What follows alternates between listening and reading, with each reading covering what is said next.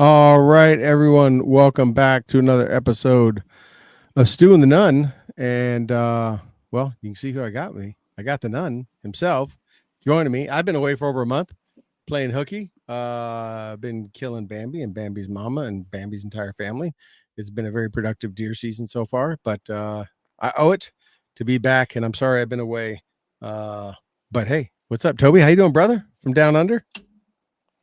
Good, man. Yeah, no, I'm down here still in the southern Baja Sur, and appreciate you and I both. You just wrapping while you're still kind of in hunting season. I'm like wrapping up the end of like competitive fishing season. We're getting into the tourism season now, and so it's great to be here. Like you saw, like I'm in need of a haircut. I'm in need what of a do the haircut. kids say? I'm I gotta jelly. contain. I think that's what the kids say. I'm a little jelly I there. got my Man. flow. I got my flow. I got my British Columbian, flow. Dude, you're You know, ready. I Look like could you're ready to probably hang make it. 10. Oh, I know. I wish I had those skills, man. I'm a little too long in the tooth to do that these days. But I no, don't know, it's great to man. be I don't know. We on. went to Australia a few years ago. My wife learned how to surf out there in Australia. So, I mean, that wasn't that long Oh no, ago. I like to surf. I'm just not good at it, and Well, that's all right. I'm more focused on staying upright than I am, you know, in terms of hanging all 10 toes off the front of a board.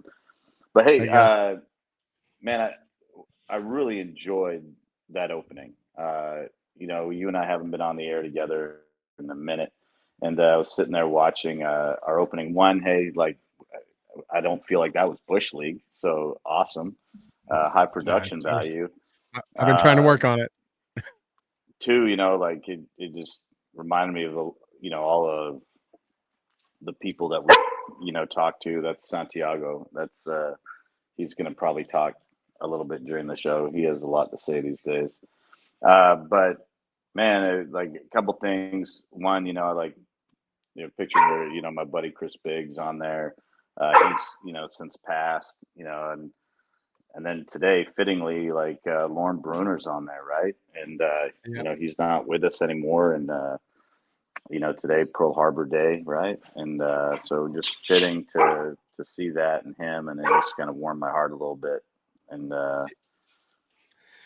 Yeah, when I put that together, went through back all the photos I could find of us. I went through all of our socials, just trying to find this collection of just people that have, been part of the show as long as we've been on, have influenced us, have been part of our lives, but mutual friends of each of ours, and just it was fun putting together. And I've thought about changing it up, but man, it just kind of fits. I don't know how I could make it any better. I'm pretty happy with what came out. But yeah, I'm glad you mentioned Lauren. It is December 7th, 85 years. Is isn't that that right? wild? Yeah. Let's see. It can't be 85 years, right? Oh, I Yeah, don't. That doesn't. well, it's not. It should be 75, It's right? 80. No, it's past 75. It's 41, right? This is Yeah, 23. So I think it's a 82 or 80. I don't know. I can't keep. Someone will give us math. I don't know. I don't yeah, know if Rob is in. He'll straighten us yeah. out. But No Rob's matter on. what, like the days are long, but the years are short, right? And Yeah, yeah. But I mean, of time all the flies. guests we've had on, I mean, we've had some phenomenal ones we've talked to.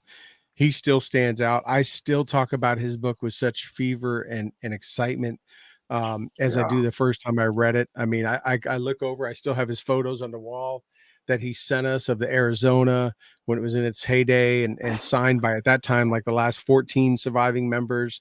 yeah. And the playing Lauren, card, yeah, the playing cards I got the behind me. baseball card, the baseball Yeah, card, right? and Like Lauren was the last. when, I was just telling someone the other day, he was the last one to be interned at the Arizona because the other surviving ones are all not weren't planning to do that. He was the last one to be put down there, and that's right. it is just 82. Thank you, Rob. Good to have you back, Rob. But yeah, it is just it's just a people forget that, and people already forget 9/11 and all that stuff, but it's just something I never want people to forget.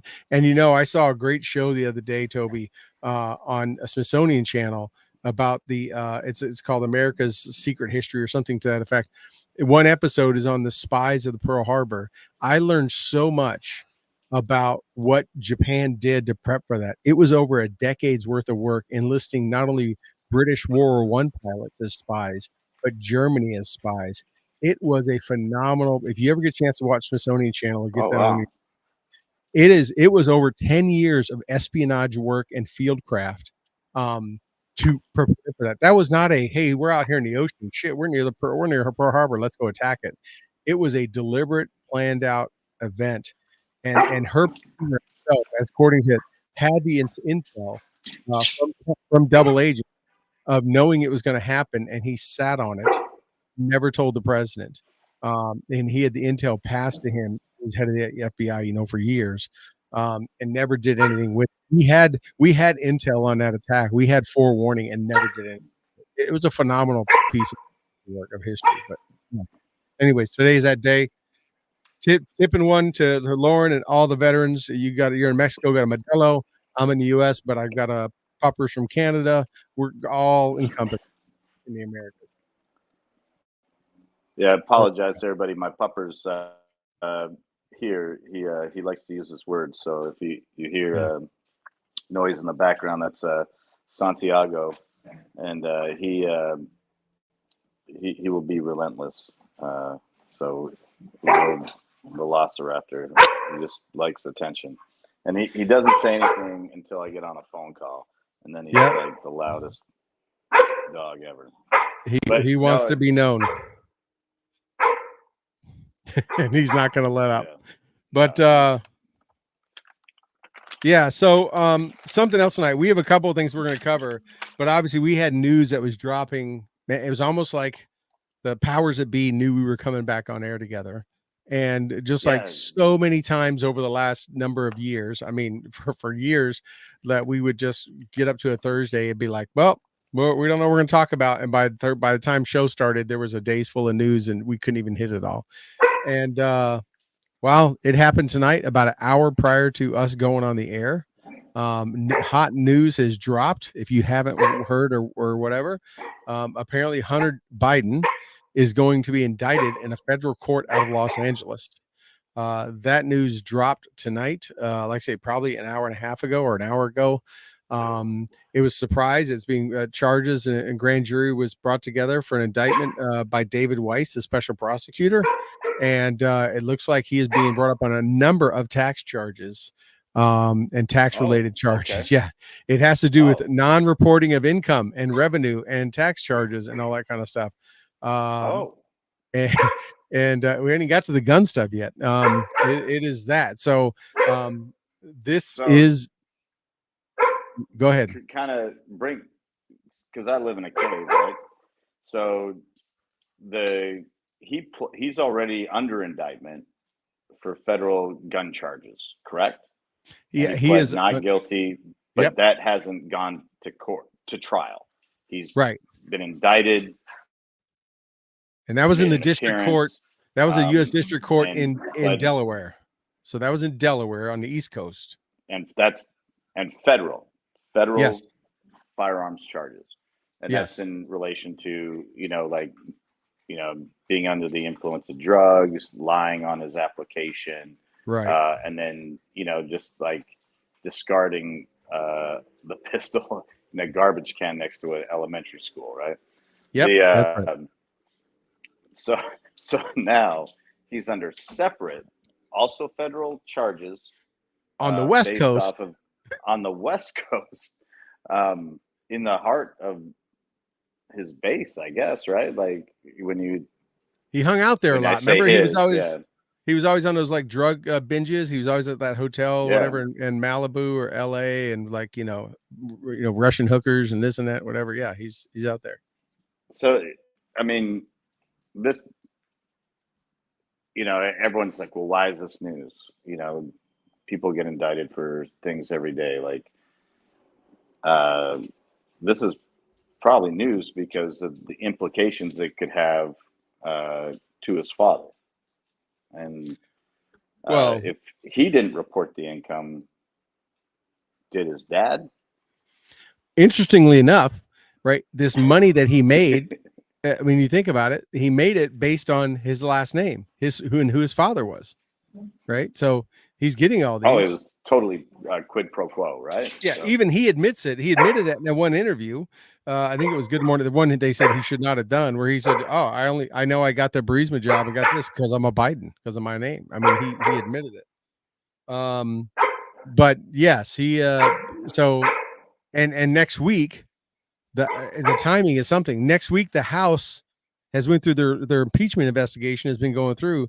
Next week they vote on whether to move forward on impeachment in the House. so let's talk about that just quickly. The criteria for impeachment are crimes and misdemeanors against the government, right? Yeah. Like that's Yes. the grounds of which you can impeach. Major crimes and I think it's And misdemeanors. Yeah, and misdemeanors. Yeah. Yes. Right. So a federal indictment should be pretty serious, right? Like that's pretty like. Well, now that's against That's against his son, right? But the Right, impeachment against but the connection is like, oh yeah. well, where'd you get this money? Well, Right? Comer's oversight committee has been releasing. I mean, they've got the bank records, they've got all the emails. I mean, they came out with the other day that after Biden repeatedly said, "I never knew about my son's overseas dealings or his business dealings," they have him now. I want to say it was roughly 380 emails that Joe Biden, while vice president, sent to Hunter Biden's business partners and Hunter Biden and his contacts. I think it's 382 or 387 emails that they've tracked back to that the IRS whistleblowers came out with, because they know about 3 different personal emails that Joe was using. He wasn't using his government one. They haven't been able to subpoena, so they don't need to see the content. All they see is the metadata. So these whistleblowers have come out to the oversight committee and testified and shown the evidence that they have 380 something emails that have been sent from Joe Biden as vice president to Hunter Biden and his business partners while he was there. Don't know what's in them, but they can see who they're to. So Yeah, they I haven't mean, they haven't got a just the email address, right? Just being CC'd on something. right. I would like to, I'm unfortunately and fortunately CC'd on a lot of emails on a daily basis. And like if your address is attached to that email, it counts as you received it. Yeah. That you're aware. And you can't say ignorance like, well, I didn't actually read that one. Well, it's kind of like being in the car when the cops pull you over and they find some smack underneath the front seat. You could be in the back seat. You were still in the car. You're still in the car. Yeah. Right. So the what I find interesting about this whole scenario is, and I feel like every time you and I have like a conversation, it seems to be, dealing with presidents. And it's so, as a member of society, I almost said as a citizen, and I like realized I'm not allowed to promote myself yet. The, the, swing, Nice one. no, as, when, we have, it doesn't matter which country you look to right now, we're at a place where every major world leader is corrupt, absolutely, undeniably beyond corruption.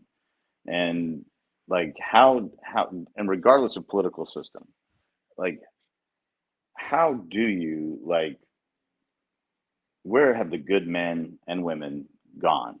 Like where are the men and women of courage? Where are the men and women of character? And you'll see them at these lower levels, Right. um, but you just don't see them at the higher level. Let me tell you one that has stepped up. I know you're kind of out of pocket, and I'm glad. I think you're sitting down, which I hope you are, because this is going to shock you. There's been one that has stepped up on the Democrat side, who has went against his entire base and is actually speaking with conviction and common sense, and that's John Fetterman. I know. Really? Yes.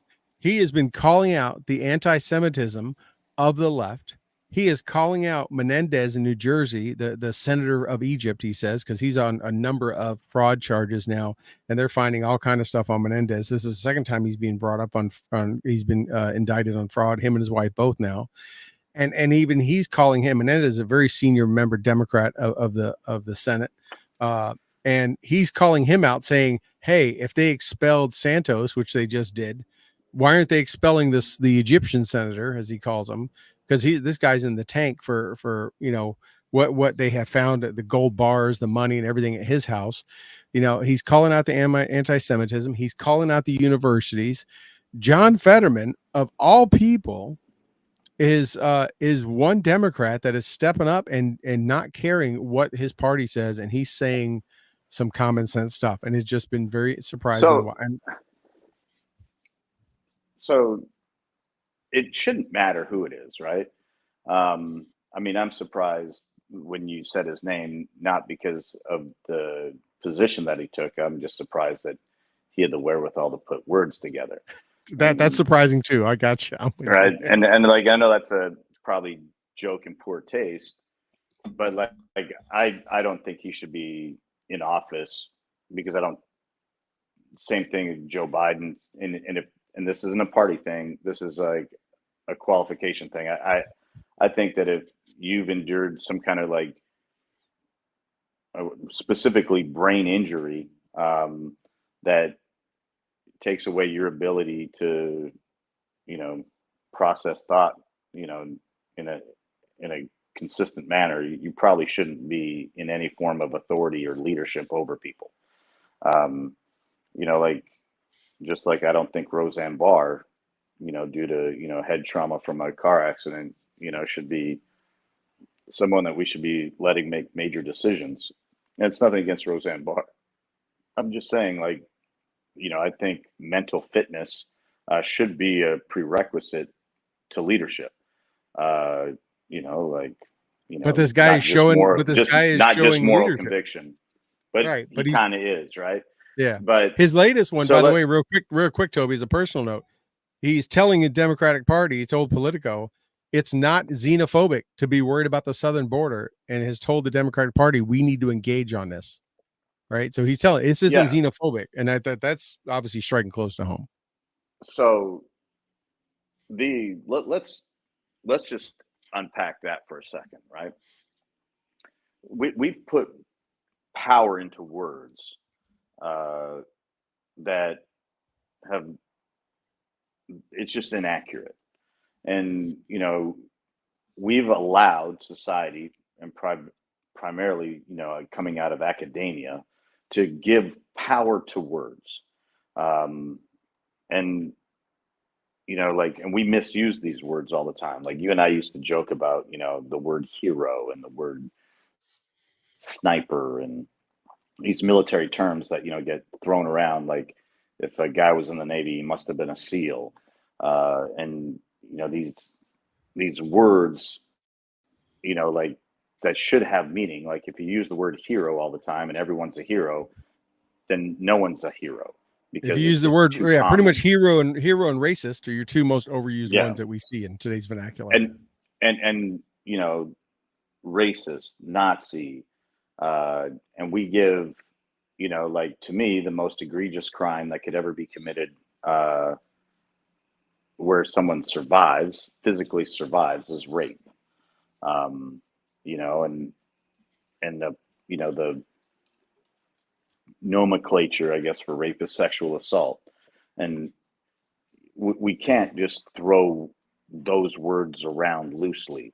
I don't think, you know, I think the most disgusting of that crime is the one they're committed against the innocence of children, and so like I wouldn't throw the word pedophile around loosely, because No, I think like that's the greatest crime against humanity in existence, that people live. Like I'm not, a genocide. Let's use that word. Uh, Genocide gets thrown around a lot. it's getting thrown more and more. Yes, yeah, And like especially when you look at you know trans gender activism.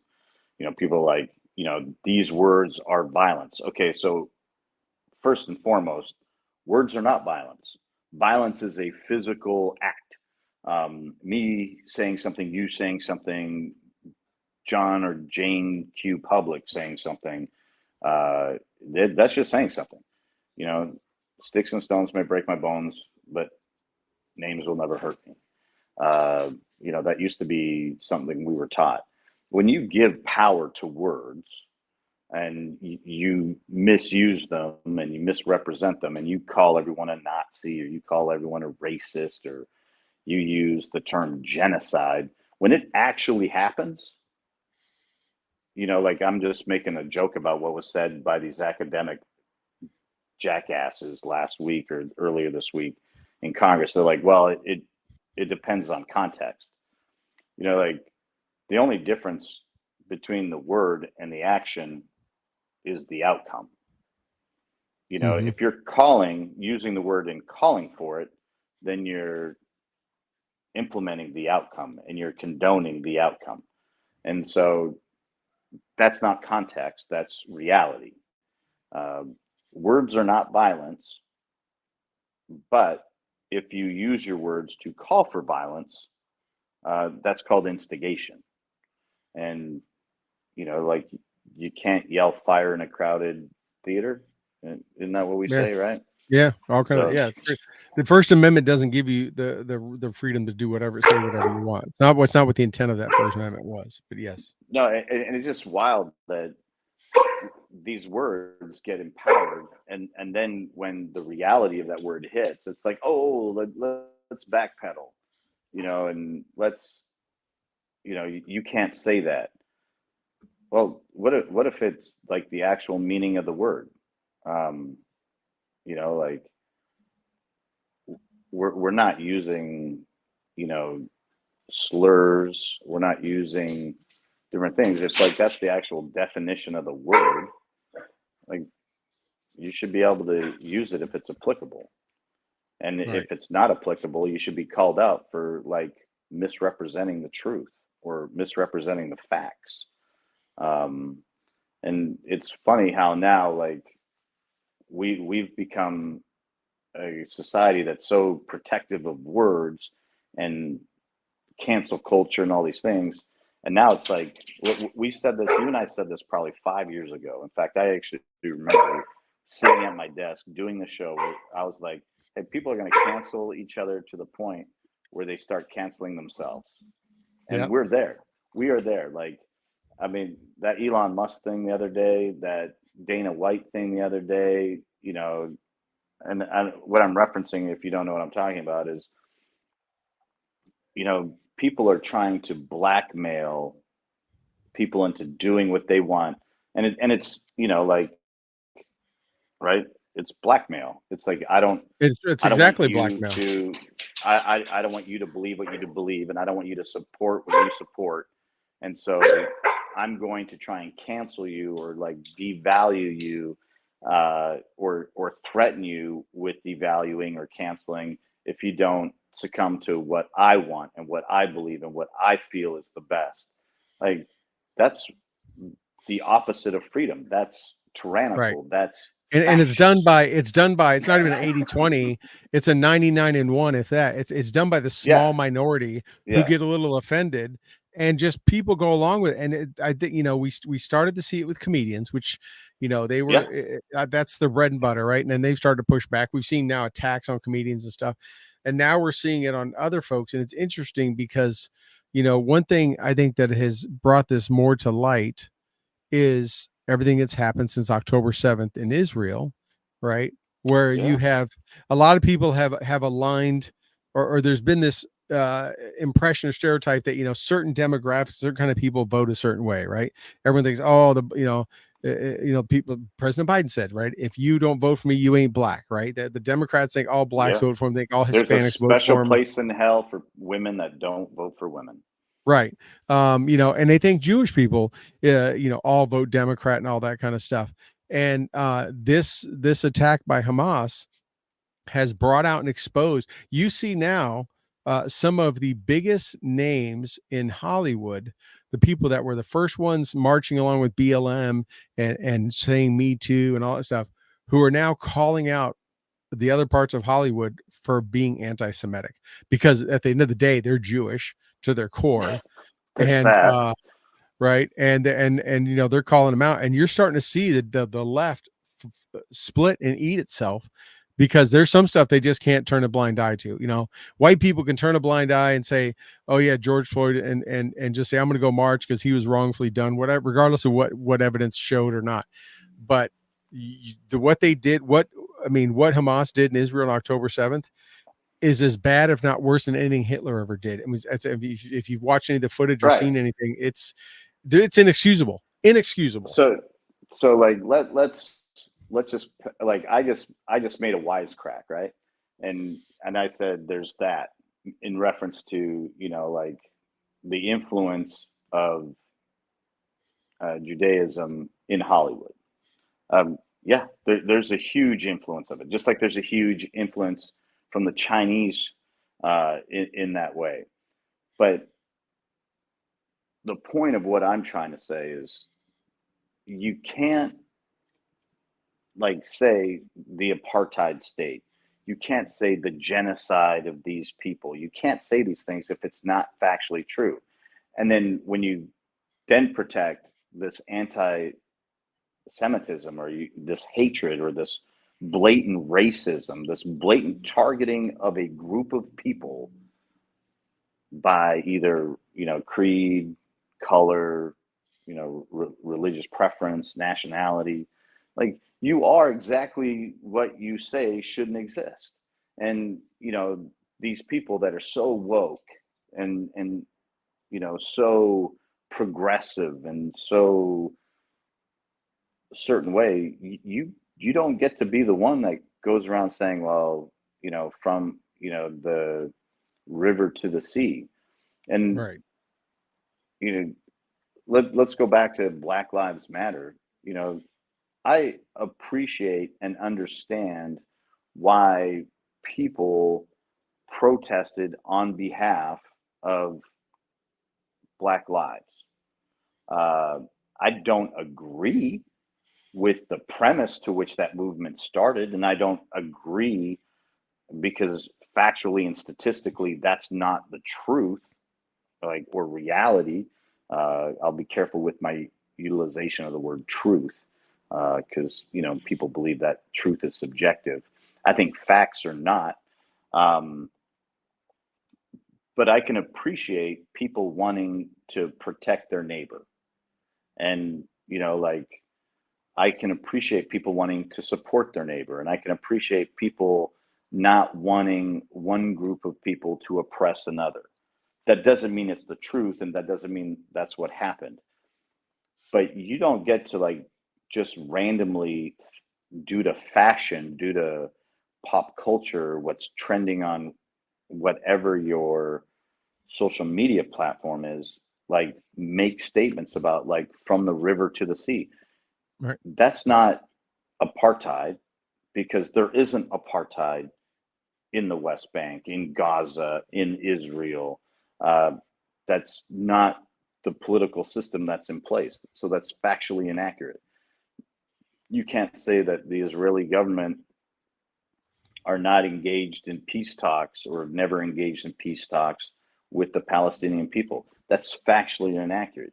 You can't say that the Israel state shouldn't exist or hasn't existed in history or is a creation of the United Nations in the past century. That's factually inaccurate.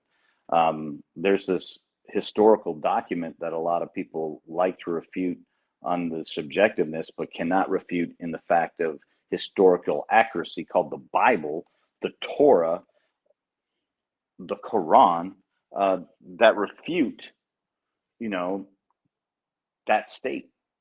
Um, the Quran, wouldn't exist and if they didn't fight, if Muhammad didn't in 600 BC, 600 AD, didn't lead his war fighters against, I'm sorry, who? Yeah, those people. Like the people that are oppressing. So it's like you can't use these words if it's not true, and you can't use these positions if it's not factually accurate. And to see people now like having to backpedal, and it's wonderful. It's wonderful to see people like say, "Wait a second." And so if I was unfamiliar with Joe Fetterman like being one of those guys. Good for him. Good for Yeah. him. I'm actually impressed by that, and good for anybody like to like I expect ridiculousness out of members of like the squad. I respect ridiculous out of members of the far right because they're ridiculous. They do and say ridiculous things. It's shock value and it's Right. political grandstanding and it's rhetoric. But what's sad is like if that rhetoric is part of a huge falsehood that is like calling for the violence and death of an entire nation. Like let's talk about Rwanda. Like Right. can we condone the Hutus and the Tutsis like killing each other over like the size of someone's forehead? Because And that's what it boiled down everyone's to. ignoring it. Everyone's ignoring it down there, right? Right. So Um, it's wild, but I'm encouraged though that I'm encouraged that because of the sadness and the tragedy and the atrocities that were committed on October 7th, the world is waking up because in the end, it doesn't matter if you're Islamic, if you're Christian, if you're Jewish, if you're Hindu, or whatever your faith might be, Taoist, Odinist, we all inhabit this planet together. Like all those bumper stickers on so many cars across the country, you know, we do need to coexist. And the premise of the Western world and Western culture is that we can coexist and support each other and lift each other up. And when our neighbors are being pulled out of their homes and their riches stripped from them and they're being sent on railways, to internment camps and death camps, we should have the courage to say, hey, we've gone too far. And right now, I believe the world is saying, hey, I believe regardless of where we stand on this subject, we're going too far. well, I think the pendulum is swinging back, right? We see it. Let's look at these Ivy League schools, right? Let's look at these universities, Harvard, UPenn, and all that kind of stuff, right? They were just up there and testifying in Congress because all as a result of this October 7th attack, right? Because of the anti-Semitism that just honestly has surprised me, Toby. I got to tell you, you and I both know a lot of people. We travel all over. You don't as much anymore, but we've been around the block a time or Yeah. two, And I may have been in circles where people have said, an off-color joke that some could take as racist to any group, any demographic, right? It could be against Irish, Especially in the Mexicans, military. yeah, especially in the military, right? Canadians, Southern Yeah. rednecks, blacks, it doesn't Yeah. matter, right? You get that kind of stuff. But I've got to say, as a Christian myself, I have never, short of like a stereotypical joke about, Jewish people being tight with money and all that kind of stuff, right? There's always that stereotype thing. I've never heard like this undertow of anti-Semitism and people being mad at Jewish people and being mad at Jews and this and that, whatever. Even my interpreters and people I know of the Muslim faith, I've sat around and talked and just and they've asked me like, why are we so aligned with Israel? And they're trying to understand like the Jewish people killed Jesus, and I just try to explain it all to them in the Bible, but it is like I've never seen what we're seeing now, and you're seeing these I don't know, TikTok inspired marches and protests, because I don't think these young people know what they're doing or what's going on. But all this anti-Semitism popping up now, we're seeing at these schools, and they're essentially calling for the same thing. They're calling for genocide, right? They're in the schools marching from the river to the sea, right? And then you have these presidents of these schools in front of Congress, and what's the word they used? It was context. It's how it's used Yeah. for No. genocide. No. So a couple things I want to Yeah, I touch went through a on lot there. I'm the sorry. no, like, so the school thing. Uh, you know, who do you think pays for those schools to exist? Uh, the student body uh, and the alumni, right? And the student body and the alumni, not to mention federal subsidization, they're of all walks of life. Especially the Ivy League schools. It's who has the level of intelligence and accomplishment to get in there. Um, so like the fact that people on those campuses are trying to, you know, like you're biting the hand that feeds you, right? Yeah. Hey, Toby, So real that's quick, one. can I pause you real quick? I just want to Yep. pause. Keep that thought. I just want to know. They just unsealed the indictment. 9 charges of tax fraud. He's been accused Oof. of for a 4-year scheme not to pay at least 1.4 million in federal taxes between 2016 and 2019. We're not talking about he missed a zero or a decimal. 1.4 million in federal taxes. It says he led an extravagant lifestyle, including memberships to sex clubs and more than $188,000 on adult entertainment, rather than paying his taxes. Now, let me tell you, you and I Yeah. have both been in the Army. Their strip clubs are known to be near military bases, and young soldiers are known to do that. I could take every Joe I knew, and in my eyesight in a nightclub, I can't imagine anyone spending collectively that much money in a year. You could take every Army dude you knew to spend Like, $188,000. I mean, I guess if you go to expensive enough ones, I don't know.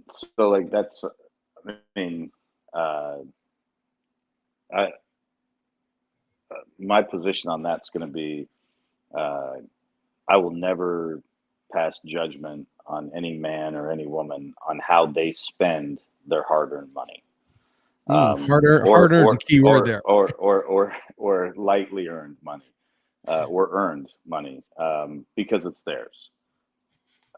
But render under Caesar what is Caesar's. Hmm. Like I, And apparently Caesar is like owed 1.4 million. Caesar's going to get his. Yeah. Um, So, dude, anyways, that's what that just dropped. yeah, So I want to get back to what you you're know, saying, but that's pretty hot yeah, no, news. that's how they got Al Capone. So Yep. they got a chance. But back to what we're saying uh, about biting the hand. I found it really interesting. There was, I don't know who it was, but there was a group, and I'm assuming there's some kind of political action committee behind them or some kind of funding behind them, but that hired these billboard trucks and outed the people that were saying these things, and then there was like, oh wait, you can't out people for publicly making these hate-filled speeches or commentary Right. or rhetoric. It's like, no, that they combated that rhetoric with ownership and said Isn't it amazing accountability. how the right was slammed for doxing? Oh, they Yeah, doxed him. Yeah, that's no, what you do. that's that's what I found. Yeah, like that's what you do. Like, how dare you dox somebody? Like, you, you think the crime is doxing somebody, not calling for the genocidal, like ethnic cleansing, An like the entire race. eradication, of like somebody. Meanwhile, like everybody, goes to these Michael Knowles, speeches and say, "How dare you say we should eradicate transgender activism from, society?" Uh, like you're calling for the eradication of people, the actual eradication of people, not the eradication of a method of speech, an Right. activist. Like, but I so there's that they outed him, and I found that interesting. But it's also like the reality of what are you actually saying? What are you doing? And you know, there's you have children that are all grown, and like you're entering the world of you know, an additional generation, right? You entered the Mhm. world of additional generation. Congrats on that, openly and on the air. I know we've done it privately, but congrats on that. And I also congrats on the fact that Hunter is like 12 feet tall, because that's an impressive genetic improvement. The and I'm saying that out of pure jealousy, but the if my child, one of my children, participated in one of those things, I would do my best to correct it, um, because like I feel like I would have failed them in teaching them, like how to objectively look at information and how to think for themselves and to critically analyze and critically think. The whole reason that we send them to university and high school, and like we should be teaching those things. But I'm also like, that's beyond rebellion. It's not like, hey, I just want to, like, I got daddy issues or I got mommy issues, so I'm gonna piss them off by doing this. Like, no, like you are you are participating in something that's almost unforgivable. Yes. Like And you we know they are, don't know what they're saying. They don't know what yeah, they're just, it's what's cool. It's what someone said, "Hey, let's get together and go down to the quad and we're going to protest." no, And I look at it this way, Toby. I look at it this way. You're either, it's like with abortion, right? My one son, my oldest son, put it best. He goes, "Dad, I don't step lightly around it. When people want to talk about abortion, he goes, it's either, oh, you're for killing babies or you're for not killing babies. Which one is it?" He goes, "To say you're pro life and pro," he goes, "to me, sanitizes too much." He puts it as, he puts it in her face. You're the for killing babies or you're not. I don't know, which one do you like? When it comes to October 7th, I've taken the same mindset with that. Are you for the killing and beheading and raping and murdering of children and people, or you're not? I don't know, which one oh, are you? Because that's kind of what you're so down to, so right? like so Regardless of one what of their the race was, because guess what? They well, killed Muslims, they killed Jewish, they killed Christians, they Hindus, killed anything. they killed anyone that they could take a cheap shot at. And let one of the things that's also wild about this is, so the posting of pictures, the posting of, hey, let's make sure that this person's not forgotten. You and I, are from a long-standing tradition of, you know, memorial bracelets, prisoner of war bracelets, saying people's name. Just the other day, I was reminded to say Carrie Constantini's name. Like, say people's name. They live on, and if these people have been taken hostage, they're alive and being held. let's say their names. Let's identify. Let's not sweep it under the rug. And so, like, well, some people might say it's a step too far. It's a little bold and abrasive to put these missing posters up in a place where clearly people are not going to be like, oh, I saw that person at the bodega down the street. Now, that's not the reason why they're posting those pictures. They're saying those pictures to say their name, Right. keep them alive, keep them, pray for them. And you need to, because they're enduring. They're enduring the harshest of things. And like I said, the greatest crime to ever be committed against a human without losing their life is probably rape. And, you know, like, this is what's happening. And to witness these girls being dragged through the streets, or their bodies being ravaged and thrown in the back of trucks, and like, to celebrate that, and then to tear down those posters, you know, like, and go around and be like, no, I don't want people to see that.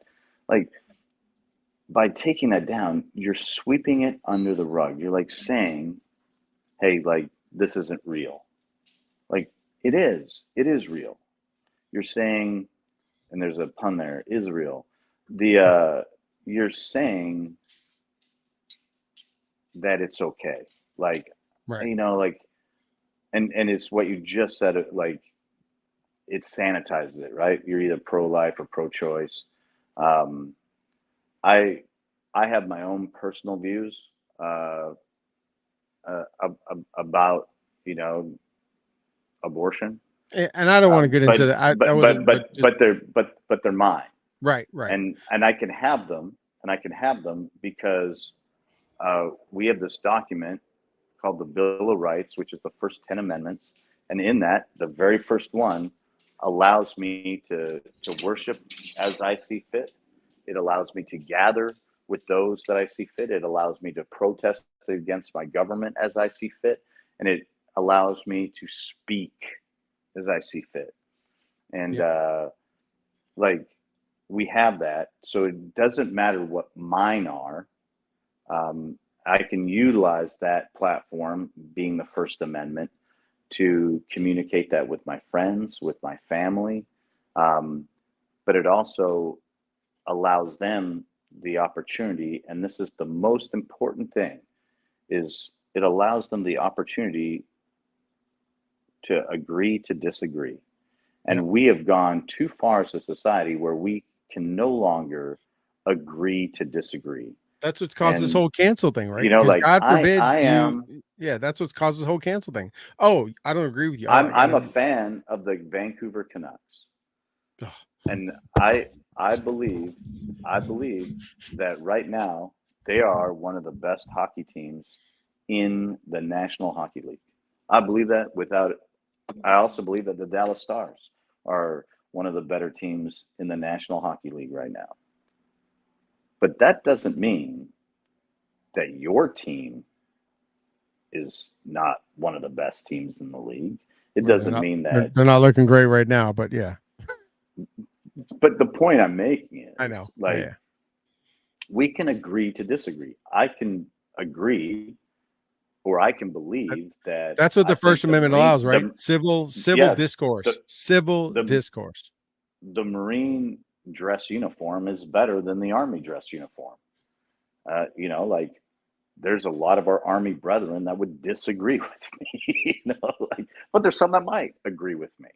And, you know, like, just to take a throwback to that opening clip that you put out there, you know, we got this great friend, you and I, you know, Matt Goss, this British cat that, you know, every time I hear the word civility, he Think of comes him. to my mind. Yep. I like, and it doesn't matter the context, it doesn't matter anything. I hear the word civility, Matt Goss comes to mind. Dude, And you know how much that rings true? The other night I yeah, used that word. I used that word, me and the wife were watching TV and stuff. I said that word and she literally said, "Hey, how's Matt doing?" I mean, that's yeah, literally what came out of. Have you talked to him in a while? How's he doing?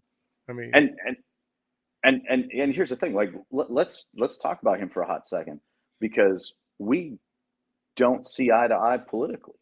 right. We don't share all the same belief structures. However, I've never met a guy that loves people the way he does. Like, we're not the best of friends, right? Matt Goss and Toby Nunn and Troy Stewart are not the best of friends, but we're friends and we have a mutual respect for each other's place on the planet. And I bet that Matt Goss loves Toby Nunn more than Toby Nunn loves Matt Goss. And that's because of his ability to look past these other things and be at peace and just want to shine light on positivity and share love and anytime he has the opportunity with a mic in his hand, he's spreading love.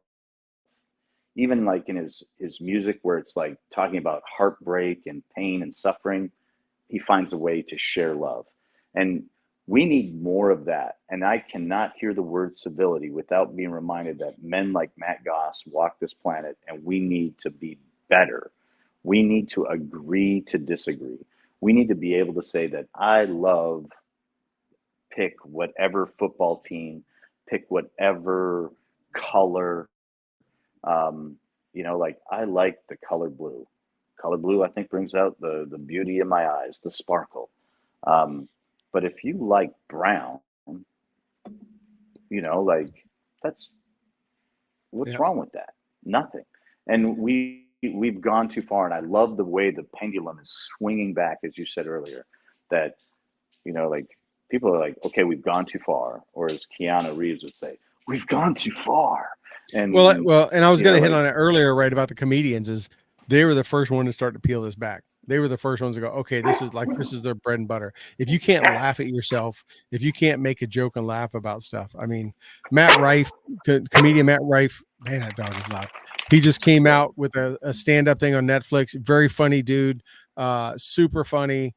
He's very popular. You'll see him on Reels and YouTube and Instagram. He does a lot of his stuff there. In the first 5 minutes of his thing, he made a comment, made a joke, and like immediately the next day, it was like everyone's trying to cancel him, this and that. Well, you can't cancel a comedian who makes jokes like that. Like you're not going to hurt their feelings or offend them, you know. But hey, no, real quick, I want to something you said a second ago when you talked about these universities. I just saw a headline. University of Pennsylvania just lost $100 million donation after their president's comments in front of Senate from an alumni donor, big hedge fund dude, whatever. one like hundred million dollars. He just pulled it back. you're biting the hand. Yeah. And like that's the sad thing. It's like Santiago, shush. Yeah, Well, you know what he's telling us? He's telling us we're getting up on our hour, so we're getting yeah, close. We got to get ready to wind it down. yeah. That's what he's giving us a heads up. No, he, he's unrelenting. No, you cannot. Lately, I remember, and I can't remember how many years ago because it's been several. Jose Canseco, Mark McGuire, Barry Bonds, Sammy Sosa, and I know I'm forgetting a couple of maybe Roger Clemens, were called before the body of Congress, right? Called before several committees to talk about the use of performance enhancing drugs in sports.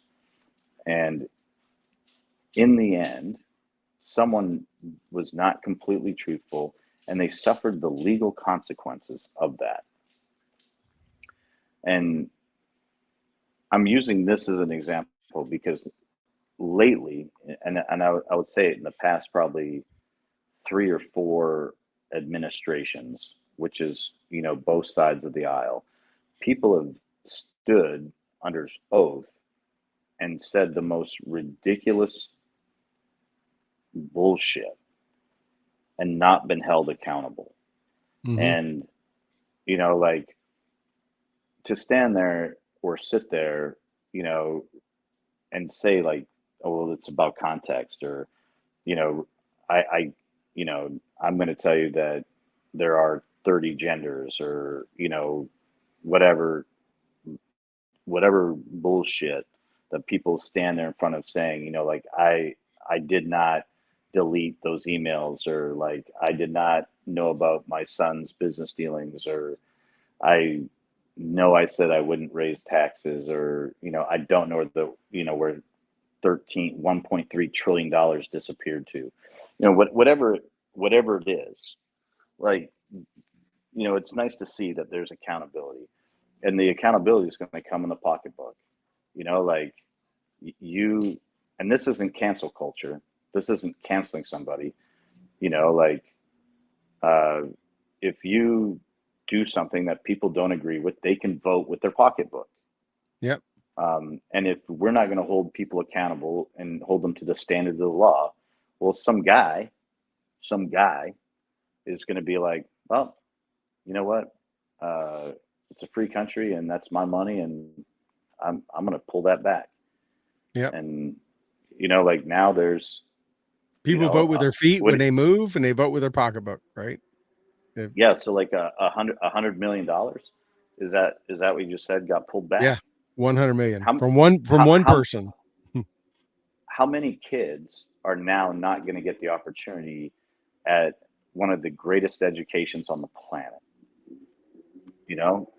And that's because, like, somebody irresponsibly spoke, and someone irresponsibly promoted hate, or took no action.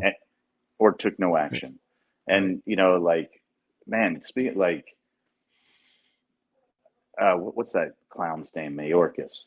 Like, I don't know how that guy is not being indicted, but he stood there and listened to a senator read tweets of an employee espousing hate on this very subject. Like, congratulations, Yep. It's awesome that Hamas did this. And he said, like, what are you doing to your employee that we're paying with taxpayer dollars? Like, what have you done about that? Well, like, we're, it boiled down, like, we're not doing anything. Like, how do you have someone in charge of and then he asylum? gets offended because he goes, well, I'm Jewish. You don't know how offensive it is. Like, well, if you're Jewish, you would not be you would be taking some kind of action against people under your control and supervision. Right. I'm not Jewish. And if you work for me and you said that, you would be working somewhere else. Right.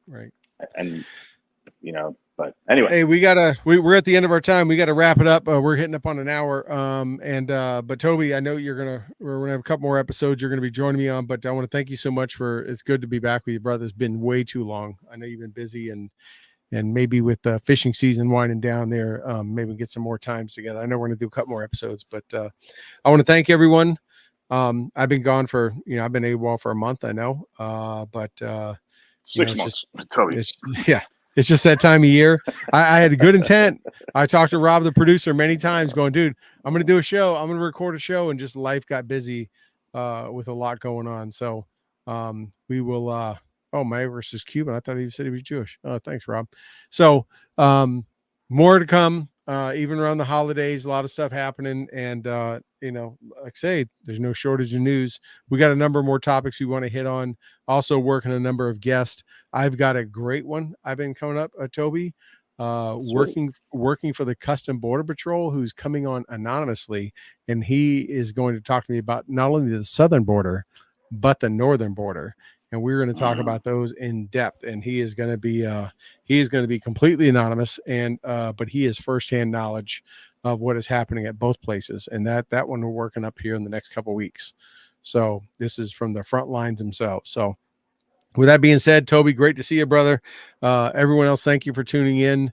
Keep an eye on all of our socials. This one is a live show on Thursday night in our normal time. I know they're not always there, but make sure you stay tuned, like our Facebook page, follow us on the Twitter and Instagram and everywhere else that Rob, the unpaid producer, has us on. And with that being said, we'll wish everybody a great night. I don't have an outro queued up. Sorry, I didn't have that ready to go in this yet, but we're just going to let everyone go and have a good night. Toby, have a good one, brother.